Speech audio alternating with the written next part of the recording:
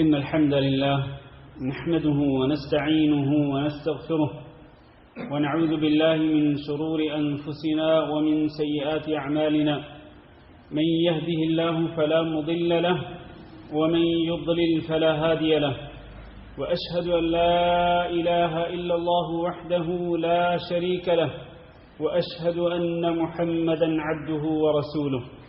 اللهم صل على محمد وعلى آل محمد كما صليت على إبراهيم وعلى آل إبراهيم إنك حميد مجيد.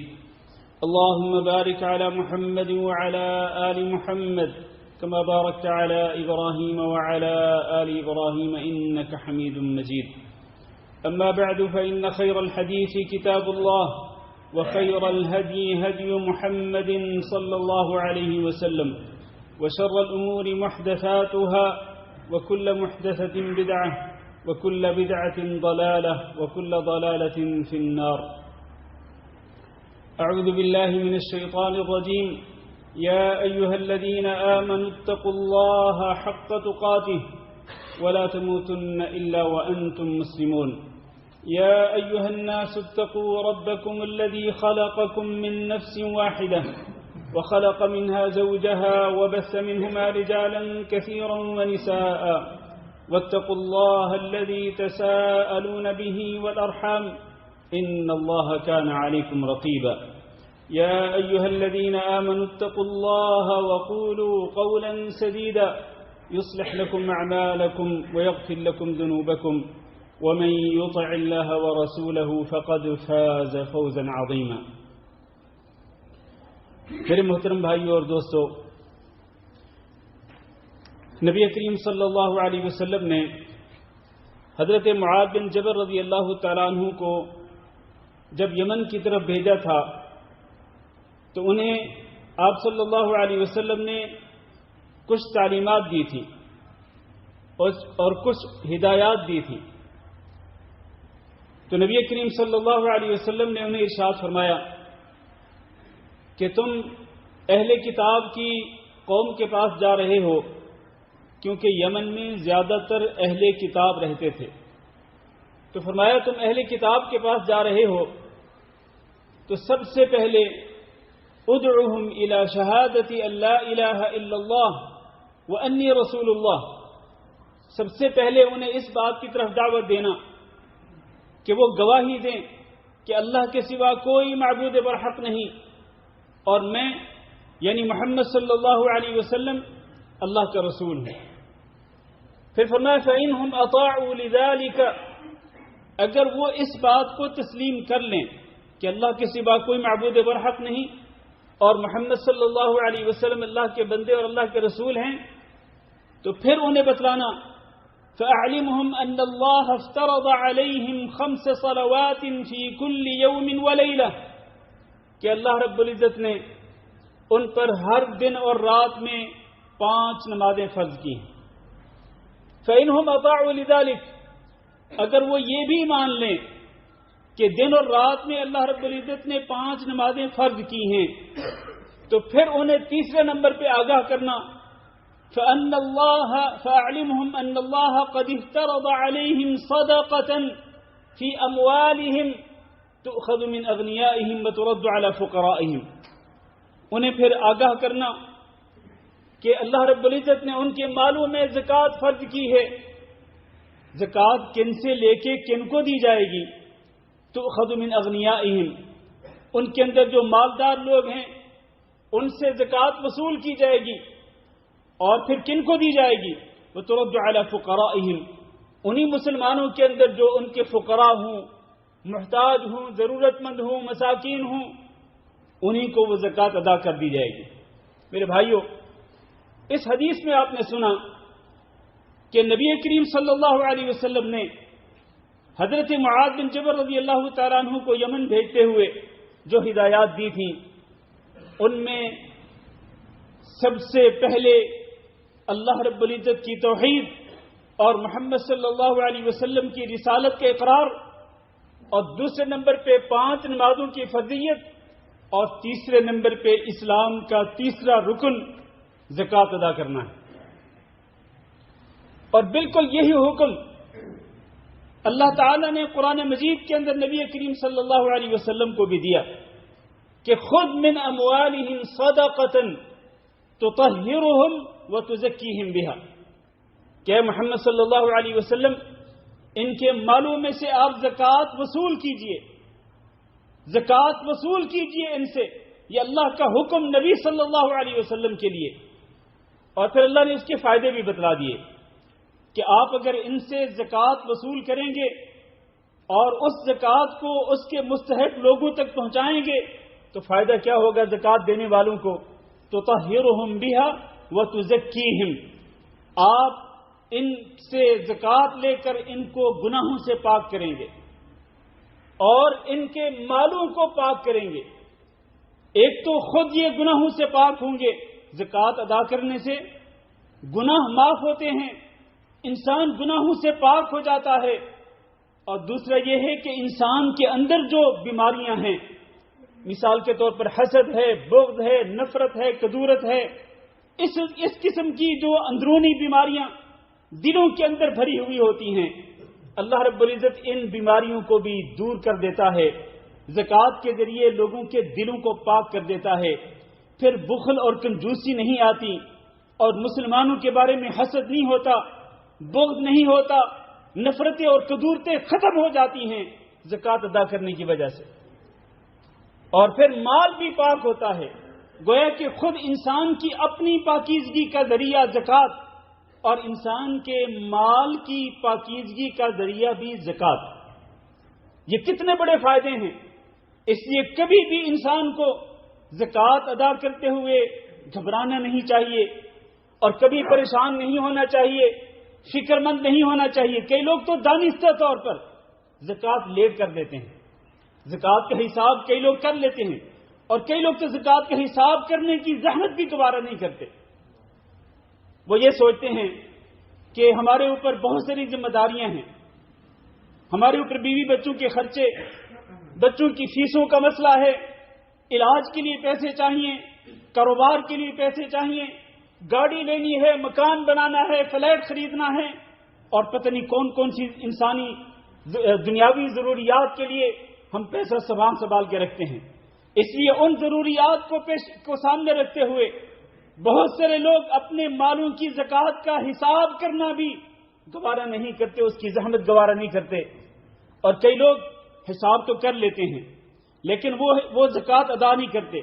پہلے باقی کام کہ میں وہ فلاں کام بھی کر لوں پھر زکوٰۃ ادا کر دوں گا، وہ فلاں کام بھی کر لوں زکوٰۃ ادا کر دوں گا، فلاں کام بھی کر لوں زکوٰۃ ادا کر دوں گا۔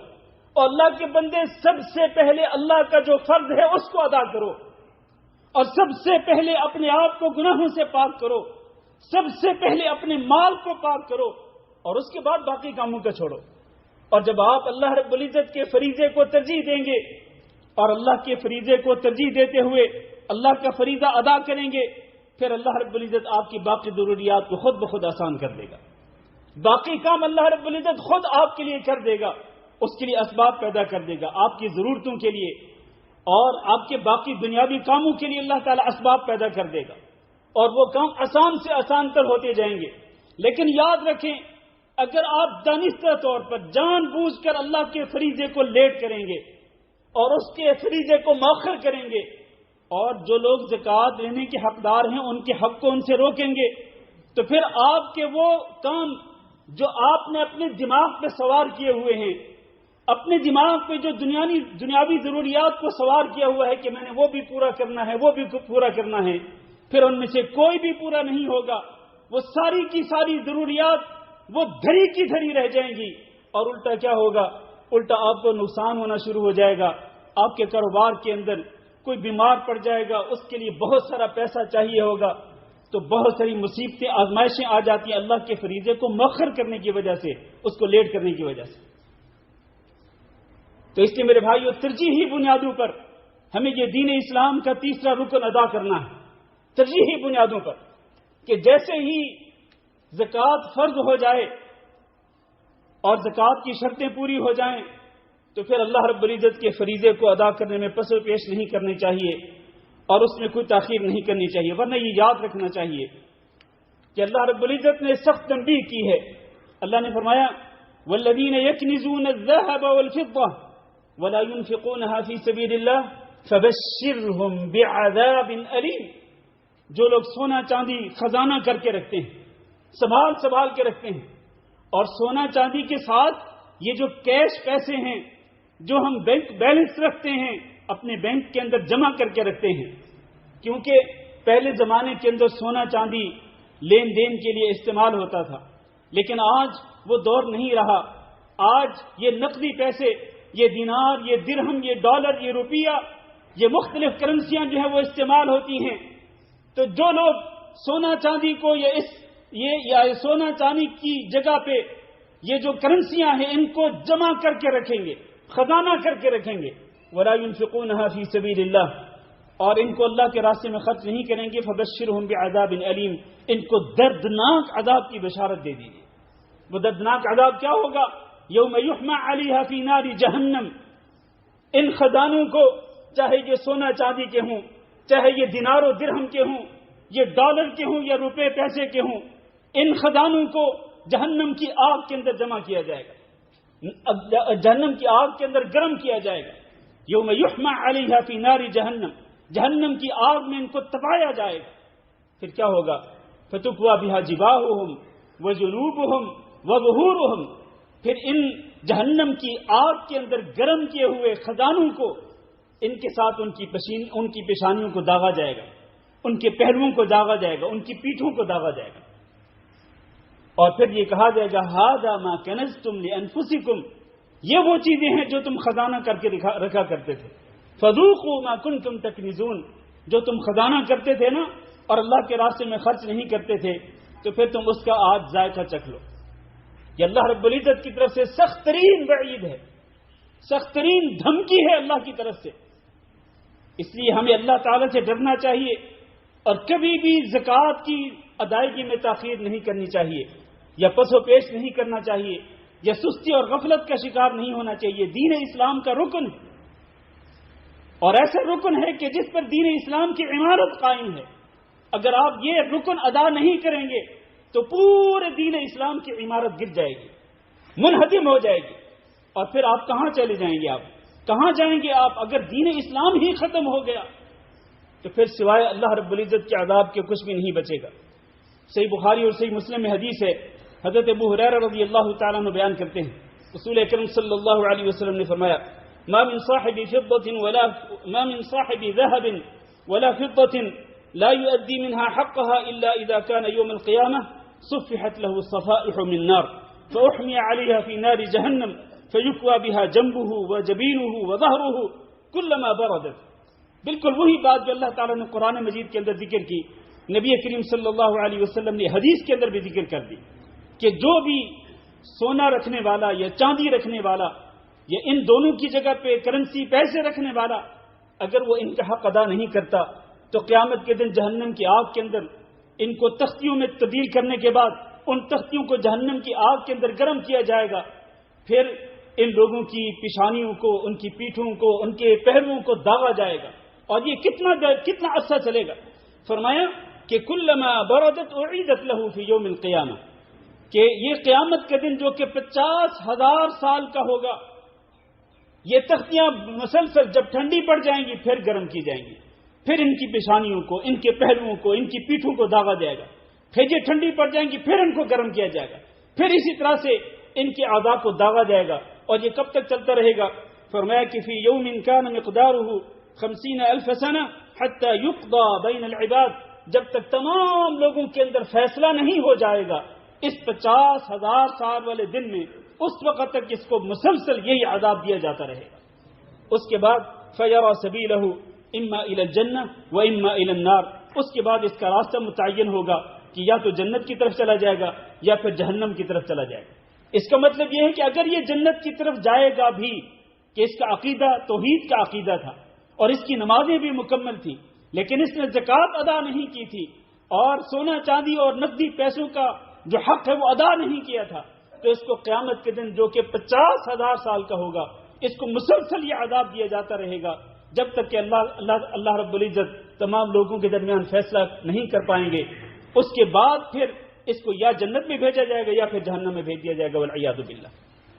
میرے عزیز بھائیوں، اس لیے ہمیں اللہ تعالیٰ سے ڈرنا چاہیے. اور ایک حدیث میں تو نبی کریم صلی اللہ علیہ وسلم نے یہ بھی ارشاد فرمایا کہ من آتاہ اللہ مالا فلم یؤدی زکاتہ مثل له یوم القیامت شجاعا اقرع له زبیبتان، کہ اس مال کو جس کا اس نے حق ادا نہیں کیا تھا یہ گنجے سانپ کی شکل میں آئے گا. قیامت کے دن گنجے سانپ کی شکل میں آئے گا اور اس کی آنکھوں پہ 2 سیاہ داغ ہوں گے، یعنی بہت ہی خطرناک زہریلا سانپ ہوگا. اور یہ یطوقہ یوم القیامہ، یہ اس کے گلے کا ہار بن جائے گا. اور پھر یہ ثم یأخذ برہزمتین، پھر اس کے جبڑوں کو پکڑ کر کہے گا انا مالک وانا کنزک، میں ہوں تمہارا مال، میں ہوں وہ تمہارا خزانہ جس کو تم سنبھال کے رکھتے تھے اور تم اس کی زکوٰۃ ادا نہیں کرتے تھے. تو یہی سونا چاندی، یہی مال جو ہے یہ گنجے سانپ کی شکل میں، خوفناک اور خطرناک شکل میں یہ اس کے گلے کا ہار بن جائے گا. اس لیے میرے بھائیوں، ہمیں اللہ تعالیٰ سے ڈرنا چاہیے اور زکوٰۃ ادا کرنے میں کسی قسم کی غفلت نہیں کرنی چاہیے. بلکہ حضرت ابوبکر صدیق رضی اللہ تعالیٰ عنہ نے تو یہ بھی فرمایا تھا، جب وہ خلیفہ بنے تھے تو بعض عرب قبائل نے زکوٰۃ دینے سے انکار کر دیا تھا. انہوں نے کہا تم نماز تو پڑھیں گے لیکن زکوٰۃ نہیں ادا کریں گے. تو ابوبکر صدیق رضی اللہ تعالیٰ نے کیا کہا تھا واللہ لا اقاتلن من فرق بین الصلاۃ والزکاۃ، اللہ کی قسم میں اس کے خلاف ضرور جنگ کروں گا جس نے نماز اور زکوٰۃ کے درمیان فرق کر دیا. جبکہ قرآن مجید کے اندر جہاں نماز کا ذکر آتا ہے وہاں زکوٰۃ کا ذکر بھی آتا ہے. وَأَقِيمُوا الصَّلَاةَ وَآتُوا الزَّكَاةَ يُقِيمُونَ الصَّلَاةَ وَيُؤْتُونَ الزَّكَاةَ، ساتھ چل رہی، نماز بھی اور زکوٰۃ بھی دونوں ایک ساتھ چل رہی ہیں. تو ابوبکر صدیق رضی اللہ تعالیٰ نے فرمایا کہ جو بندہ بھی نماز اور زکوٰۃ کے درمیان فرق کرے گا اس کے ساتھ میں جنگ کروں گا. اور فرمایا واللہ لو منعونی عقالا كانوا يؤدونه لرسول الله صلی اللہ علیہ وسلم لقاتلتهم علیہ، اگر یہ لوگ ایک رسی جو بطور زکوٰۃ نکالتے تھے رسول اکرم صلی اللہ علیہ وسلم کے زمانے میں، اگر یہ آج زکوٰۃ نہیں نکالیں گے جو ایک رسی کے برابر کیوں نہ ہو، یعنی ہلکی سی حقیر سی چیز کیوں نہ ہو، تو اللہ کی قسم میں اس کو وصول کرنے کے لیے بھی مجھے ان سے جنگ کرنی پڑے گی تو ضرور جنگ کروں گا. تو یہ فریضہ اسلام ہے میرے عزیز بھائیو. جس طرح نماز کی اہمیت کو سمجھتے ہو اسی طرح زکوٰۃ کی اہمیت کو بھی سمجھو. اللہ تعالیٰ نے جس کو مال دیا ہے اور اس پر سال گزر جاتا ہے، اس میں زکوٰۃ کی شرطیں مکمل پوری ہو جاتی ہیں، تو پھر اس میں سے زکوٰۃ ادا کرنے میں کسی قسم کی غفلت نہیں کرنی چاہیے. اللہ تعالیٰ سے دعا کرتے ہیں کہ اللہ ہم سب کو اپنے دیگر فرائض کے ساتھ ساتھ اس فریضے کو بھی ادا کرنے کی توفیق دے. اور ہم جو زکوٰۃ ادا کریں، عموماً چونکہ رمضان سے پہلے زکوٰۃ کا حساب کیا جاتا ہے شعبان کے مہینے کے آخر میں، تو اس لیے ہم نے ضروری سمجھا کہ زکوٰۃ کی طرف آپ کی توجہ دلائی جائے اور زکوٰۃ کی اہمیت کو ذکر کیا جائے، اور جو زکوٰۃ ادا نہیں کرتا اس کی سزا کیا ہے. ہو سکتا ہے کہ کسی کو اللہ تعالیٰ سمجھ دے دے اور اللہ تعالیٰ کسی کو نصیحت دے دے. تو اللہ سے دعا کرتے ہیں کہ اللہ ہم سب کو یہ فریضہ ادا کرنے کی توفیق دے. استغفر اللہ لی ولکم ولسائر المسلمین فاستغفروہ انہ هو الغفور الرحیم.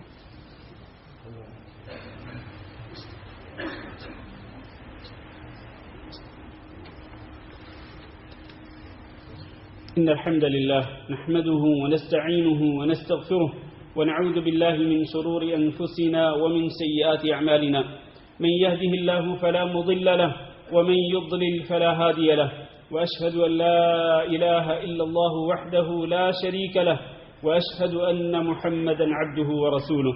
اللهم صل على محمد وعلى آل محمد كما صليت على إبراهيم وعلى آل إبراهيم إنك حميد مجيد. اللهم بارك على محمد وعلى آل محمد كما باركت على إبراهيم وعلى آل إبراهيم إنك حميد مجيد.